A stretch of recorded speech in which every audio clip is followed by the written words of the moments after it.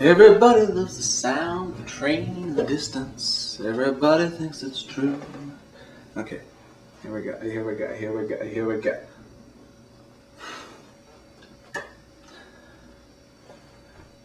So I thought I'd try speaking the Queen's English for a change, but I don't truly know what to say, and I don't believe I can maintain this for a terribly long time. But I will attempt it, because I just felt I had to do it for once in my life.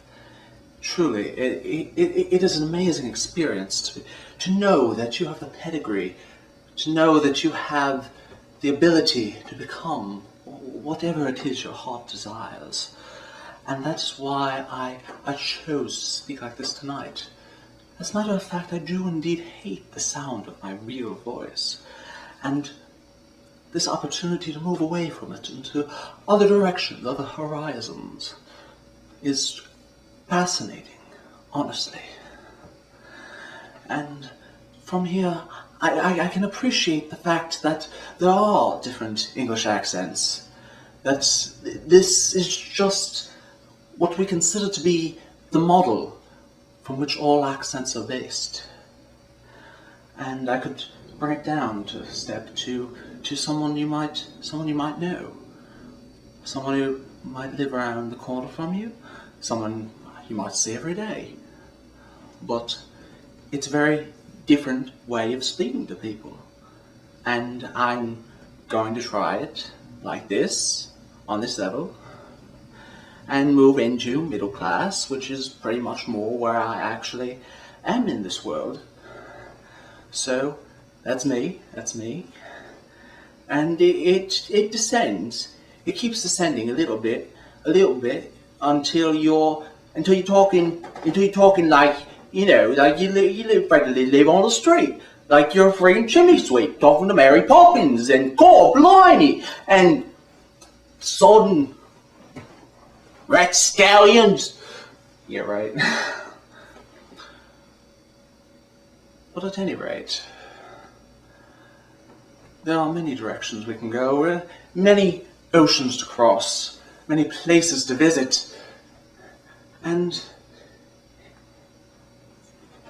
even within the United States, there's plenty of places. I mean, people talk about a southern accent, and this I believe is somewhere around Texas. I could be mistaken, but what I'm trying to demonstrate is that there are a number of different ways to approach the Texas accent, the southern accent, because the South is in a remarkably big place, okay? Texas alone, hell, that goes on for miles and miles, thousands of miles, man. I remember a time, man, you weren't even living unless you had 100 acres. But then you move on, and then you move on, and then you're somewhere around Alabama, maybe Alabama, I don't know, but it's a very different place to bring your accent to, and to be landlocked, like in the middle of, nowhere, until you're walking around. You can walk for miles and miles, you don't see anybody. So you just hang out in front of the friggin' convenience store. And friggin', that's just universal. I didn't invent it. I don't know what to do with it. But then I'll keep going east. And then I'll come into Georgia, you see? And now Georgia has its own way of going too, which is, very distinctive. And I'm sure that many Jordans are very proud of their accent and don't want to see it corrupted by the likes of myself. Whether you live in Savannah or Atlanta, there's all kinds of places where very dignified people, I'm sure. Not as we depict them. They are not all crazy evangelicals, I am sure. Now, it takes a great tapestry of people to fill out this nation, and I'll intend to go as many places as I can. Now, say where I'm from, like New York, now, like like this, like I'm a tough guy. You gotta be tough in New York. The city's tough. The city's tough. You know, that's all I'm gonna say. You know, LA, forget about LA. Okay? LA is gonna fucking make you think you're God, and that's gonna take it all away from you. Forget it. New York knows your shit. They treat you like shit. Okay? You know, it's not an act. It's just what we know.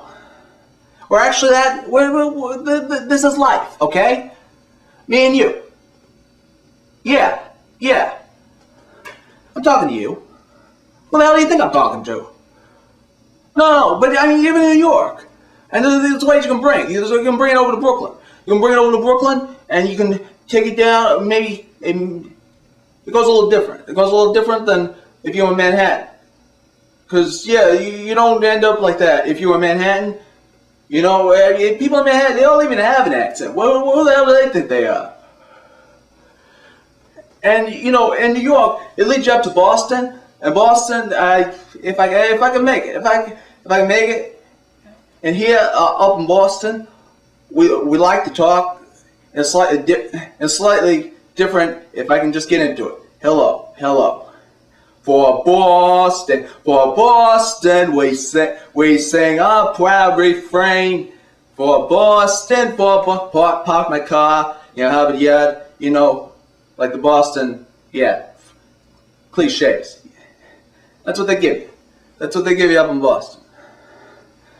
You know, and yeah, it's kind of Southy, a little bit Southy, a little bit of Matt Damon, Ben Affleck, and you know, Good Will Hunting, whatever. And then if you keep heading north, like say you get to like the Canadian border, and you know you're way away from like you know anybody, and it gets cold. Oh man, it gets cold, and you know we got to deal with that. And hey, we gotta stay warm. You know, maybe a dude. You know, hey, that's just the way it happened to be. You know, and yeah, your voice can get like this by not being near anybody else, or you could be just watching too much SCTV. You know, and that's what it's all about. And there's just no two ways about it. And then you could move over to Jerry Seinfeld. Yeah. Oh yeah. Yeah, I'm doing an impression, and I don't care who knows it. And I'm bringing Steinbrenner for some reason, and he's having a good time, and I'm having a good time, and I don't even know where to go next, man. I don't know. I'm just doing character voices, you know? You know, I'm doing, oh God, is this John Travolta? I don't even know. Yeah, it could be. Or it could be some Indian accent, and I could be very, very happy to be in this country. You know, I mean, I still have my visa, and I've been working here for many, many years. And I have cultivated a very good way of speaking. Some Indians, you can hardly understand them, but I speak in a very clear voice. I learned that from the telemarketing I did back in, no. I can't go there. I work for Indians. I can't.